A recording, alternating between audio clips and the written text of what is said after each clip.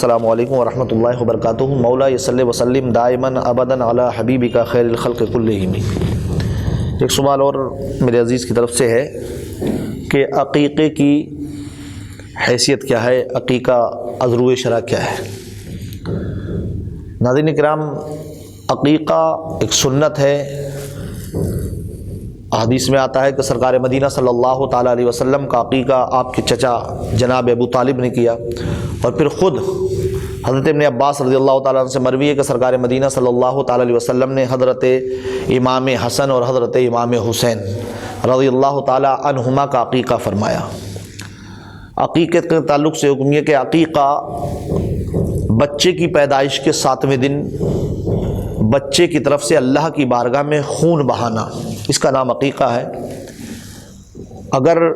لڑکا ہے تو اس کے لیے چاہیے کہ 2 مینڈھے 2 بکرے یا کسی بڑے جانور میں ہیں، جیسے قربانی کا جو جانور ہوتا ہے اس میں 2 حصے، اور اگر بیٹی ہے یعنی لڑکی ہے تو اس کے لیے 1 مینڈھا 1 بکرا یا بکری، بھیڑ یا بھیڑ جو بھی کچھ ہو، یا بڑے جانور میں ہے تو 1 حصہ۔ اس کے جانور کا وہی شرائط ہیں جو قربانی کے جانور کے لیے ہیں، کہ جس طرح سے قربانی کے جانور کو جو شرائط ہیں کہ اس طریقے کا ہونا چاہیے، عقیقے کے جانور کے لیے بھی وہی ہیں۔ لیکن ہاں یہ یاد رکھیں کہ اگر کسی کے پاس اتنا اثاثہ نہیں ہے، اس کے پاس مال نہیں ہے، بیچارہ غربت کی زندگی گزار رہا ہے، تو پھر اس کے لیے یہ عقیقہ کرنا کوئی ضروری نہیں کہ دوسرے سے قرض لے کر کے وہ عقیقہ کرے اور خود اپنے اوپر قرض کو لاد لے۔ ہاں اگر اتنا ہے، حیثیت ہے تھوڑی بہت اس کی جو کر سکتا ہے تو وہ کر لینا چاہیے۔ بلکہ ایک روایت میں یہ بھی آیا کہ عقیقہ کرنے سے بچے پر آنے والی بہت ساری مصیبتیں اللہ تبارک و تعالیٰ ٹال دیتا ہے، وہ اس کی طرف سے ایک صدقہ ہو جاتا ہے۔ عقیقے کا طریقہ یہی کہ 7ویں دن،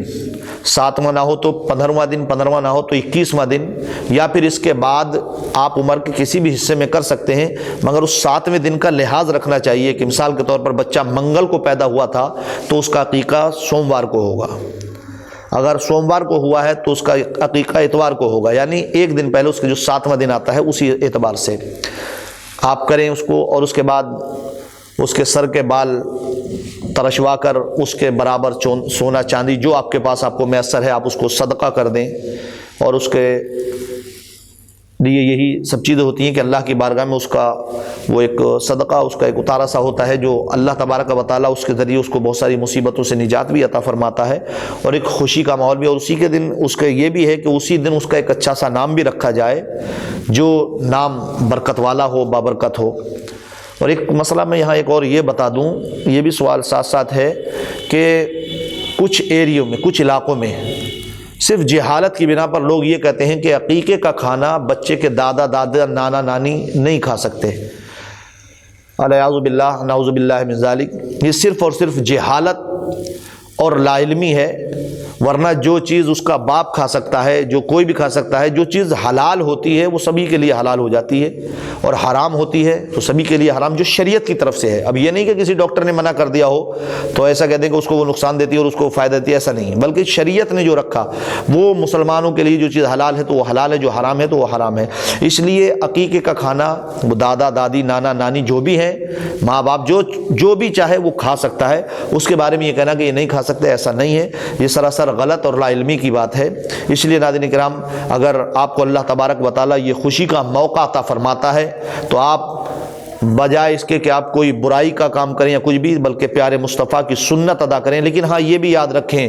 کہ اس میں نیت نام و نمود کی نہیں ہونا چاہیے۔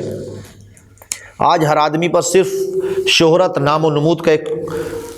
بخار چڑھا ہوا ہے۔ عقیقہ کرتا ہے تو اس میں بھی وہ پارٹیاں کر دیتا ہے،